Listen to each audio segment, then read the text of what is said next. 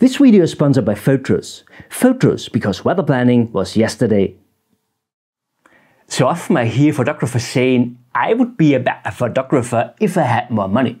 Yeah, I could buy a better camera, I could afford better workshops, I could buy more different lenses to cover all my needs if I had more money. But these people overlook something really important. Actually, poor photographers have even a big advantage. Why do they take better photos? Let's find out with this video.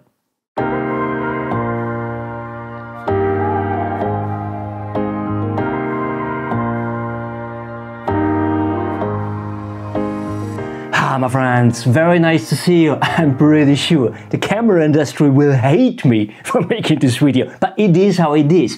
When we have the clear goal, to improve our photography, how important is money therefore? How important is gear actually? Let's make an extreme example. Let's take two different people who are going to start with photography from scratch.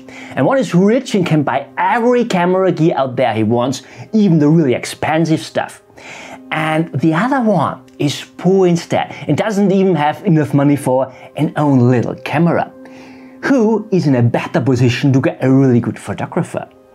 Every camera gear out there he wants, no camera gear at all. Who is in a better position? Now, I get so often asked by photographers, Christian, which camera should I buy? Or should I buy this lens or that? Should I upgrade my camera? And so often I hear photographers discussing about, new sensor architectures, bit shifting, AI 6, 7, 8, 12 stop stabilization if you want, and especially which photographs they could take theoretically with their new gear instead of going out and trying to be creative. And on the other hand, when we take the other person who can't afford even an own little camera, has a big advantage. There is simply no distraction from learning photography. I mean, don't get me wrong here, I'm an engineer. Gear is cool, I also like to play around with new gear. But for the really strong image, there is no need for expensive gear. And I say it again, for the really strong image, there is no need for expensive gear. If you know how to photograph, you can get a masterpiece with every camera out there, even just with your phone. But again, to get a good photographer, you even don't need any camera at all. Let's come back to our two photographers. The one is rich and can afford every gear he wants. The other one is poor and doesn't own an own camera. Whilst the rich one engaged with sensors and light transmission, the poor one can use his time instead for engaging with the really important things in photography, with art history, architecture for instance, composition. I mean, it takes a while to get into composition, right? I mean, it's not difficult, so it doesn't come overnight. And whilst the rich photographer engaged with the number of blades inside his lenses or something like that, the poor one engaged with visual weight to balance his image in the right way.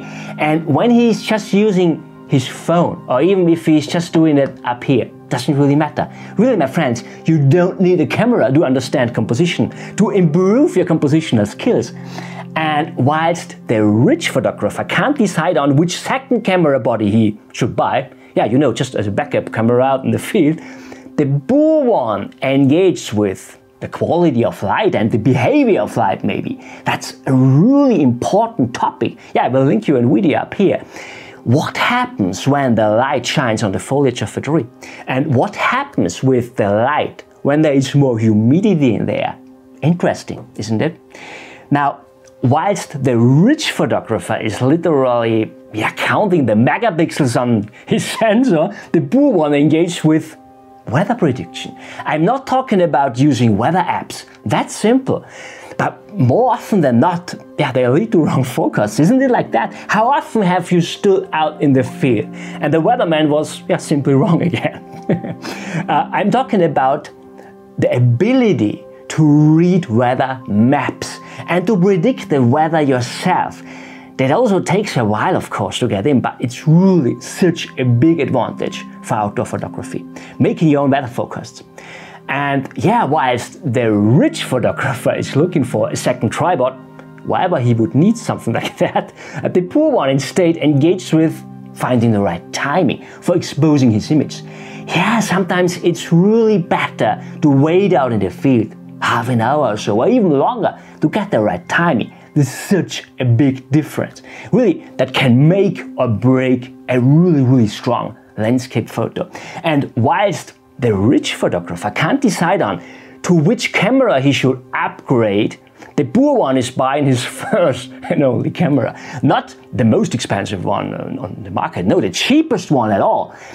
Not with a photographic fitness studio of 20 lenses or something like that. No, just with one all-round lens. Leave me a comment below. What do you think? Which of these two photographers is more likely to be a better photographer? Which one will get better photos? The rich one who can buy every gear he wants, or the poor one with the cheapest possible gear? And what would happen if we would give an expensive gear with several first-class lenses to the poor photographer then? Which effect would that have on his photos? Leave a comment, would really be interesting. What do you think?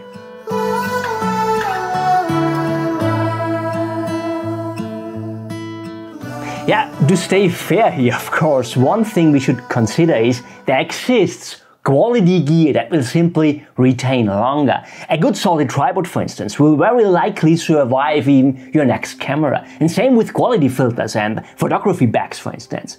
Some quality gear can definitely make sense for the long game, but it anyway seems that too many photographers discuss too much about gear, what they could theoretically photograph with it, rather than going out and just doing it. Good workshops cost money. Maybe poor photographers can't afford the really expensive ones, but honestly, it is not done just with visiting the workshop. The question is, will the participant engage afterwards with the things he has learned, or will he rather invest his time to, compare more potential new lenses or something like that instead? So I think poor photographers can compensate for the missing workshops. There are also cheaper online workshops out there which can really help massively. Or some photographers even offer a newsletter where they give useful photography tips from time to time, and they are completely free. Mine is linked down in the description, by the way, just if you're interested. And by the way, my friends, don't get me wrong here. This video is not against rich people or so, against people with expensive gear. I use expensive gear myself, but not to get better photos, to be honest. It's more that, my Sony G Master lenses cost a fortune, but it makes life a little bit easier out in the field. I can close my aperture up to f/18, for instance, when it's necessary, and on some zoom levels even up to f/20, and that without recognizable diffraction. And that's crazy. And so I simply save time because I don't need to focus stack all too often. But the image quality of the photographs, just if you would do pixel peeping or something like that. There is a difference in the coating of filters, for instance. Cheap filters smear when they get wet, and you have to deal with color cuts, which is indeed a problem. But when we break it down, the camera is actually the most unimportant thing in photography. There is a lot you can do to get up more image quality afterwards in post-processing.